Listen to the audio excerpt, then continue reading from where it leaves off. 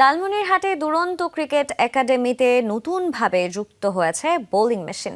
রোববার দুপুরে উপজেলার তুষভান্ডার রমণী মোহন মেমোরিয়াল সরকারি উচ্চ বিদ্যালয়ের মাঠে হয় উদ্বোধনী অনুষ্ঠান। তরুণ ক্রিকেটারদের জন্য এই বোলিং মেশিন ইতিবাচক ভূমিকা রাখবে বলে মনে করেন লালমনিরহাট ২ আসনের সংসদ সদস্য রকুন উদ্দিন বাবুল।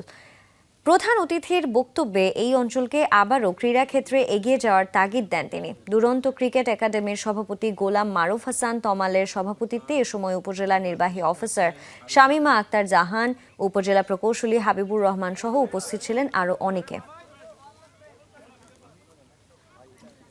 প্র্যাকটিসের ক্ষেত্রে, খেলোয়াড় তৈরির ক্ষেত্রে এটি অত্যন্ত একটি ভালো ভূমিকা আপনার রাখবে এবং এই দুরন্ত ক্রিকেট একাডেমির তারা যে আপনার তাদের উদ্যোগে এইভাবে একটি মেশিন আমাদের উপজেলায় নিয়ে আসছে আর কি আপনার এটি আমাদের আগামী দিনে মানে ক্রিকেটের টিম তৈরি করার ক্ষেত্রে খুব ভালো ভূমিকা রাখবে।